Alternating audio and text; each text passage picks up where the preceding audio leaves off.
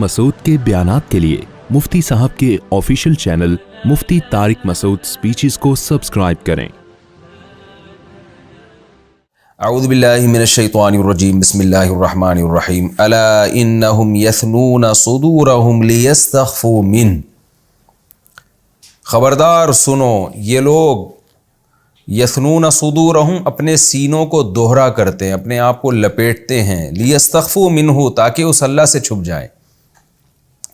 کیا مطلب؟ دیکھیں سورہ ہود میں جو ابتدا ہوئی تھی نا سورہ ہود کی، اس میں اللہ تعالیٰ نے بتایا کہ یہ ایک ایسا کلام ہے جو مضبوط کلام ہے، محکم کلام ہے، اس کی آیتوں کو تفصیل سے بیان کیا گیا ہے، اور اس کا مضمون کیا ہے، اس کا اہم خلاصہ کیا ہے؟ لا تعبدوا الا اللہ، اللہ کے سوا کسی کی عبادت مت کرو، اور کیا ہے؟ ان استغفروا ربکم، جو اب تک گناہ ہو چکے، شرک ہو چکا، اس پہ اللہ سے توبہ استغفار کرو، اور الی اللہ مرجعکم، اللہ کی طرف تم نے لوٹ کر جانا ہے، اور وہ ہر چیز پر قدرت رکھتا ہے، وہ تمہیں دوبارہ زندہ کرے گا۔ تو قرآن کے اہم مضامین کو اس سورت کے شروع میں اللہ نے بیان کیا ہے۔ اب آگے قرآن کہہ رہا ہے کہ ان باتوں پر ایمان لانے کے بجائے اسلام دشمن قوتیں وہ اسلام کے خلاف سازشیں شروع کر دیتے ہیں، اور بعض دفعہ وہ سازش ایسے کر رہے ہوتے ہیں اور ایسے چھپ کے باتیں کر رہے ہوتے ہیں اسلام کے خلاف اور اسلام کو نقصان پہنچانے کے لیے۔ یعنی ایک تو یہ ہوتا ہے نا کہ آپ ان عقیدوں کو تسلیم نہ کریں، آپ اسلام کی بات کو مانیں نہیں، لیکن عام طور پر کیا ہوتا ہے، نہ صرف یہ کہ مانتے نہیں ہیں بلکہ اپنے غلط عقیدے، غلط کانسیپٹ، غلط نظریے کی ترویج کے لیے، اس کو دنیا میں پھیلانے کے لیے اسلام دشمنی پہ اتر آتے ہیں، اور اس دشمنی میں چھپ چھپ کے خفیہ مجلسیں کرنا شروع کر دیتے ہیں، جیسے کہ مشرکین مکہ کیا کرتے تھے اور آج بھی ہوتی ہیں۔ تو قرآن کہتا ہے الا، خبردار سنو، انہم یثنون صدورہم، یہ لوگ اپنے سینوں کو لپیٹتے ہیں۔ یہ اصل میں کنایا ہے چپکے سے بات کرنے سے۔ جب ہم چپکے سے بات کرتے ہیں تو عام طور پر اپنے سینوں کو فولڈ کر لیتے ہیں اور منہ سر جھکا لیتے ہیں، بعض دفعہ اپنے اوپر چادر بھی ڈال دیتے ہیں آپس میں بات کرنے کے لیے، تاکہ مسلم لوگوں کو، مسلم حکمرانوں کو، جو بھی اچھے لوگ ہیں مسلمانوں کے قائدین ہیں، ان تک ہماری بات نہ پہنچے اور ہم ان کے خلاف کھل کے سازشیں کر سکیں۔ تو مشرکین بھی یہ کام کرتے تھے، ایسے سینہ اپنا لپیٹ کے گول کر کے نبی صلی اللہ علیہ وسلم کے خلاف سازشیں کر رہے ہوتے تھے۔ تو اللہ نے نبی کو خبردار کیا، مسلمانوں کو خبردار کیا کہ دیکھو یہ لوگ اپنے سینوں کو لپیٹتے ہیں تاکہ اللہ سے اپنے آپ کو چھپا سکیں۔ یہ اصل میں ایک، یعنی مشرکین کا تو یہ عقیدہ نہیں تھا کہ ہم اللہ سے اپنے آپ کو چھپا لیتے ہیں، یعنی ان کے عمل سے ایسا لگ رہا ہے کہ وہ یہ سمجھ رہے ہیں کہ ہم اللہ سے بھی اپنے آپ کو چھپا لیں گے۔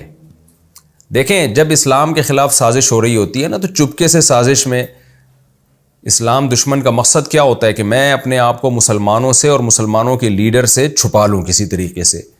تو اللہ کہتے ہیں تو اپنے آپ کو مسلمانوں کے لیڈر سے یا نبی صلی اللہ علیہ وسلم سے تو چھپا لے گا، اللہ سے کیسے چھپاؤ گے؟ اصل دشمنی تمہاری اللہ سے ہے، محمد صلی اللہ علیہ وسلم سے نہیں ہے۔ تو اس کے لیے قرآن نے یہ طرز اختیار کیا کہ خبردار یہ لوگ جو اپنے سینوں کو لپیٹتے ہیں اس لیے کہ تاکہ اللہ سے چھپ جائیں، ظاہر ہے اللہ سے کوئی نہیں چھپ سکتا، تو یہ بیکار ہے کہ چھپ چھپ کے سازشیں کرنا۔ تو نبی سے تم اپنے آپ کو چھپا لو گے لیکن اللہ سے نہیں چھپا سکتے، اور تمہاری اصل دشمنی اللہ سے ہے، نبی سے نہیں ہے۔ نبی تو محض ایک نمائندے ہیں، وہ تو اللہ کا پیغام تم تک پہنچا رہے ہیں۔ تو یہ کیسی حماقت والی بات تم کر رہے ہو اور کیسا حماقت والا کام کر رہے ہو۔ الا انہم یثنون صدورہم، خبردار سنو یہ لوگ اپنے سینوں کو لپیٹتے ہیں، لیستخفوا منہ، تاکہ اس اللہ سے چھپ جائیں۔ الا سنو خبردار، حین یستغشون ثیابہم، جس دن یہ لوگ اپنے اوپر کپڑے ڈالتے ہیں اور اپنے آپ کو چادروں سے چھپاتے ہیں، یعلم ما یسرون وما یعلنون، اس وقت بھی اللہ وہ باتیں بھی جانتا ہے جو یہ چھپا رہے ہوتے ہیں، وما یعلنون، اور وہ باتیں بھی جانتا ہے جو یہ ظاہر کر رہے ہوتے ہیں۔ تو یہ کافروں کو ڈرایا جا رہا ہے کہ تم مسلمانوں سے چھپ کے جو سازشیں کر رہے ہو تو تم اللہ سے نہیں چھپ سکتے۔ تو ایسا لگتا ہے کہ تم اپنے آپ کو اللہ سے چھپانے کی کوشش کر رہے ہو، کیونکہ تمہاری اصل دشمنی اللہ سے ہے، تو تم اپنے آپ کو اس مسلمانوں سے چھپا کے کیا اپنا فائدہ پہنچا لو گے۔ انہ علیم بذات الصدور، بے شک وہ سینوں کے بھیدوں کو بھی جاننے والا ہے۔ وما من دابۃ فی الارض الا علی اللہ رزقها ویعلم مستقرها ومستودعها، اس میں تسلی نبی صلی اللہ علیہ وسلم کو بھی ہے اس آیت میں، اور اس آیت میں جو قرآن نے شروع میں دعویٰ کیا کہ اللہ کے سوا کسی کی عبادت نہ کرو، تو اس اللہ کی تعریف بھی ہو رہی ہے، یہ بتانے کے لیے کہ قرآن کا جو مضمون ہے کہ صرف ایک اللہ کی عبادت ہوگی، قرآن اس دعوے میں سچا ہے۔ وجہ کیا ہے کہ معبود اس کو بنایا جاتا ہے جو ہمارے نفع اور نقصان کا مالک ہو۔ تو اللہ کہتے ہیں کہ یہ جو ساری دنیا کی مخلوق ہے اس کا رزق اللہ کے ذمے ہے، اس کے رزق کا مالک اللہ ہے، تو وہ قادر بھی ہے، قدرت بھی ہے اس کو، اور وہ تمہارا پالنے والا بھی ہے۔ لہذا اللہ تعبدوا الا اللہ کا جو دعویٰ ہے وہ دعویٰ بالکل درست دعویٰ ہے، عبادت صرف اسی کی ہوگی۔ قرآن کہتا ہے وَمَا مِن دَابَّةٍ، اور کوئی بھی زمین پہ چلنے والی مخلوق ایسی نہیں ہے، الا علی اللہ، مگر یہ کہ اللہ کے ذمے ہے رزقھا، اس کو رزق پہنچانا، ویعلم، سوال پیدا ہوتا ہے بھائی اللہ کیسے رزق پہنچائے گا؟ جانور تو اتنا پھیلے ہوئے ہیں، کوئی پہاڑوں کی ٹوہ میں گھسا ہوا ہے، کوئی سمندروں کی تہ میں ہے، کوئی پتھر کے اندر کیڑا ہوتا ہے، تو اللہ کہتے ہیں وَيَعْلَمُ مُسْتَقَرَّهَا، اللہ اس کے ٹھکانوں کو بھی جانتا ہے، وَمُسْتَوْدَعَهَا، اور اس کے عارضی رہنے کی جگہ کو بھی جانتا ہے۔ مستقر اصل میں قرار سے نکلا ہے، قرار گاہ، جہاں انسان کا یا کسی بھی مخلوق کا مستقل ٹھکانہ ہوتا ہے۔ مستودع یہ ودیعت سے نکلا ہے، امانت سے۔ اس کا مطلب آپ جب کوئی چیز کسی کے پاس بطور امانت رکھواتے ہیں تو جس جگہ اس نے امانت رکھی ہوتی ہے نا اس جگہ کو مستودع کہا جاتا ہے۔ تو چونکہ امانت جب بھی کسی کے پاس ہوتی ہے عارضی ہوتی ہے، آپ نے واپس لینی ہوتی ہے، تو اس لیے یہاں پر اس آیت کا ترجمہ امانت گاہ نہیں ہوگا بلکہ اس کا ترجمہ ہوگا عارضی رہائش گاہ۔ تو اب یہ لفظی ترجمہ تو اس کا یہی ہے، مستقل رہائش گاہ، عارضی رہائش گاہ۔ تو اس کا مفہوم بہت وسیع ہو سکتا ہے کہ کسی بھی جانور کا ایک مستقل ٹھکانہ ہوتا ہے اور بعض دفعہ وہ ایک وقتی طور پر کہیں رہ رہا ہوتا ہے۔ اس سے بعض لوگوں نے یہ بھی مراد لیا کہ مستودع سے مراد ہے قبر، تو برزخ میں بھی اللہ رزق پہنچاتا ہے، اور مستقر سے مراد ہے دنیا کی زندگی، اور بعض نے الٹ کہا کہ یہ امانت، یہ دنیا ہماری اصل امانت کی جگہ ہے، یہاں تو ہم عارضی ہیں، مستقل ٹھکانہ ہمارا قبر میں ہوگا۔ مختلف اقوال ہیں، لیکن ہمیں بجائے اس کے کہ ہم کسی قول کو لیں، ہمیں قرآن کا سیدھا سیدھا ترجمے کو لینا چاہیے کہ جو مستقل ٹھکانے ہوتے ہیں کسی بھی مخلوق کے، اللہ اس کو بھی جانتا ہے، عارضی ٹھکانوں کو بھی جانتا ہے۔ ہمارے مستقل ٹھکانے ہمارے گھر ہیں، عارضی ٹھکانہ ہم کہیں سفر پہ گئے ہوتے ہیں، تو اللہ کہتا ہے کہ یعنی تمہارے ہر قسم کے ٹھکانوں کو اللہ پہچانتا ہے اور اللہ وہاں رزق پہنچا دیتا ہے تمہیں۔ تو یہ جب رازق ہے اللہ تعالیٰ تو عبادت کے لائق بھی وہی اللہ ہے، اور اس میں نبی کو بھی تسلی ہے کہ آپ تبلیغ کے کام میں جتے رہیں اور رزق کی پرواہ نہ کریں۔ اور جتنے بھی لوگ جو دیندار ہیں، دین پر چلتے ہیں، ان کو یہ خطرہ ہوتا ہے کہ کہیں ہم سے رزق چھن نہ جائے، اس کا بھی اللہ نے جواب دے دیا کہ تم جو اللہ نے قرآن میں تمہیں حکم دیا ہے کہ اللہ کی عبادت ہوگی، توبہ استغفار، اور یہ یقین کر لینا ہے کہ لوٹ کے ہم نے اللہ کی طرف جانا ہے، ان نظریات کو اختیار کرو عملی زندگی میں۔ رزق کا جہاں تک مسئلہ ہے تو وہ اللہ نے اپنے ذمے لیا ہوا ہے۔ یہ بات خوب سمجھ لیں، اس آیت کا یہ مطلب ہرگز نہیں ہے کہ کوئی انسان یا جانور بھوکا مر نہیں سکتا۔ جب یہ آیت نازل ہوئی تو اس دور میں بھی بہت سارے لوگ بھوکے مر جایا کرتے تھے بھوک سے، اور عرب میں تو اتنی بھوک تھی کہ بعض دفعہ اپنے بچوں کو وہ قتل کر دیتے تھے اس خوف سے کہ کہیں بچہ بھوک سے نہ مر جائے، غربت، اتنی زیادہ غربت تھی۔ تو اس دور میں بھی قحط پڑا کرتے تھے، بھوک سے مرنے کے واقعات ہوتے تھے، جانوروں کے بھی انسانوں کے بھی۔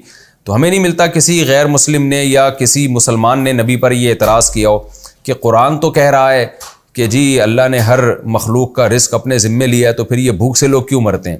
تو ظاہر ہے وہ قرآن کے مفہوم کو جانتے تھے، کیونکہ ان کی زبان میں قرآن نازل ہوا نا، تو قرآن کے مفہوم کو جانتے تھے کہ قرآن کا یہ مفہوم ہرگز نہیں ہے کہ دنیا میں کوئی بھی مخلوق بھوک سے مر نہیں سکتی یا کوئی بھی جانور بھوک سے مر نہیں سکتا، بلکہ قرآن کی اس آیت کا مفہوم یہ ہے کہ رزق کے خزانے اللہ کے ہاتھ میں ہیں۔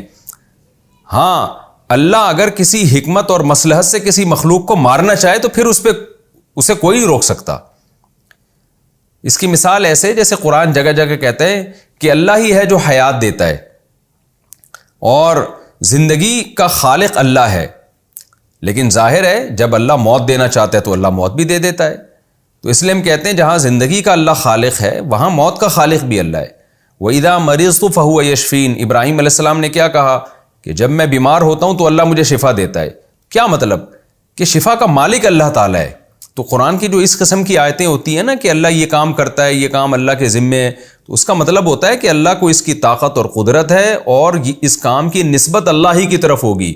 عام اصول یہی ہے کہ یہ اللہ تعالیٰ روزی بھی دیتا ہے، اللہ تعالیٰ شفا بھی دیتا ہے، لیکن جب اللہ تعالیٰ کی کوئی حکمت ہوتی ہے تو پھر اللہ تعالیٰ بیمار کو شفا نہیں دیتے، اس کو موت دے دیتے ہیں. پھر اللہ زندہ آدمی کی زندگی میں اضافہ نہیں کرتے بلکہ اس کو موت دے دیتے ہیں. تو اسی طرح جہاں بھی رزق ہمیں ملتا ہے اللہ کی طاقت اور اللہ کی قدرت سے ملتا ہے، کیونکہ یہ کام اللہ نے اپنے ذمے لیا ہے. لیکن اسی نظام کا حصہ ہے یہ چیز کہ بعض دفعہ اللہ تعالیٰ کسی بھی حکمت سے، مصلحت سے، وہ حکمتیں بہت ساری ہو سکتی ہیں. ایک حکمت یہ بھی ہو سکتی ہے آبادی کو کنٹرول کرنا، جانوروں کی نسلوں کو کنٹرول کرنا، اور بہت ساری حکمتیں. ان حکمتوں کا علم تو اللہ کے سوا کسی کو نہیں ہے. تو اس حکمت سے اللہ مارنا چاہے تو وہ اس کی مرضی ہے. بعض دفعہ ظلم ہو رہا ہوتا ہے. اب ایک صاحب نے مجھے بتایا کہ میں گھر میں دروازہ بند کر کے گیا ہوں اور بلی گھر کے اندر رہ گئی، میں 6 مہینے بعد آیا تو وہ بھوکی مری ہوئی تھی. تو ظاہر ہے یہ تو ایک دنیا دارالاسباب ہے نا. تو ایک شخص نے جب دروازہ بند کر دیا اور اس کی غفلت ہے کہ اس نے گھر میں جھانک کے نہیں دیکھا کہ کوئی مخلوق تو نہیں ہے گھر کے اندر. لوگ ایسی غفلت کر رہے ہوتے ہیں، کوئی جانور یا بلی تو نہیں رہ گئی. تو ایسے واقعات انسانوں میں بھی ہوئے ہیں. تو یہاں انسان کے ظلم کا اثر کسی مخلوق پہ پڑ رہا ہے اور ظلم کے اثرات بہرحال پڑتے ہیں. تو یہ ایک اللہ کا بنایا ہوا نظام ہے. تو اس آیت کا جو اصل لب لباب ہے نا وہ یہ ہے کہ رزق کا تعلق اللہ کی منشا اور اللہ کی مرضی سے ہے. اسباب سے اتنا تعلق نہیں ہے جتنا تم نے سمجھ لیا. اسباب بھی اللہ نے پیدا کیے ہیں. تو رزق کے معاملے میں اسباب پہ زیادہ نظر مت کرو بلکہ اللہ پہ نظر کرو، کیونکہ روزی اس نے اپنے ذمے لی ہے. یہی وجہ ہے کہ ہم دن رات مشاہدہ کر رہے ہوتے ہیں کہ بعض دفعہ کوئی سبب رزق کا نہیں ہوتا لیکن ایسی جگہ سے رزق کا انتظام ہوتا ہے جہاں انسان تصور بھی نہیں کر سکتا. آپ جانوروں میں دیکھ لیں نا کہ یہ ٹھیک ہے بہت سے جانور قحط میں بھوک سے ہلاک ہو جاتے ہیں، مر جاتے ہیں، لیکن جانوروں کو جس طرح سے رزق مل رہا ہے، جن کو مل رہا ہے، وہ بھی ایک اچنبے کی بات ہے. اسباب کی دنیا میں دیکھا جائے تو وہ بھی ایک عجیب سی بات ہے. یعنی ایسے اسباب ہوتے نہیں ہیں کہ کس طرح سے آپ جنگلوں میں جائیں، کھانے کی جگہ چیز نہیں ہوتی جانوروں کے پاس، پھر بھی وہ زندہ رہتے ہیں، طویل عرصوں تک زندہ رہتے ہیں. ایسے جانور ہیں جو اپنے آپ کو 6 مہینے کے لیے زمین کے اندر دفن کر لیتے ہیں. ان کے کیسے اللہ نے رزق کا انتظام کیا، اونٹ کا کیسے رزق کا انتظام کیا. تو اس لیے بہت سے علماء نے اس آیت کا ترجمہ یوں کیا ہے کہ وما من دابۃ فی الارض، کہ زمین میں کوئی بھی مخلوق جس کو اللہ روزی پہنچانا چاہتا ہے کسی بھی حکمت سے، یعنی وہ تمام جانور جن کو اللہ زندہ رکھنا چاہتا ہے، کسی سبب سے موت دینا چاہتا ہے، ان جانوروں کا تذکرہ نہیں ہے اس آیت میں. اس سے وہ جانور مراد ہیں جن کو کسی بھی حکمت سے باقی رکھنا چاہتا ہے. تو علی اللہ رزقھا، ان کا رزق پھر اللہ کے ذمہ ہے، اللہ کہیں نہ کہیں سے پہنچائے گا ان کو. ہاں کسی مسئلہ سے مارنا چاہے نا تو پھر تو چاروں طرف رزق کی فراوانی ہو تو بھی اللہ تعالیٰ بھوک سے انسان کو یا جانور کو مار دیتے ہیں. تو قرآن میں اس طرح کی جتنی بھی آیتیں ان کا یہی مفہوم ہوتا ہے، یعنی اس میں انشاء کا لفظ لگا ہوا ہوتا ہے کہ اگر اللہ چاہے. اس کی میں اور مثالیں دیتا ہوں. جیسے قرآن مجید میں آتا ہے کہ تم نکاح کرو، اگر فقیر ہوگے تو اللہ غنی کر دے گا.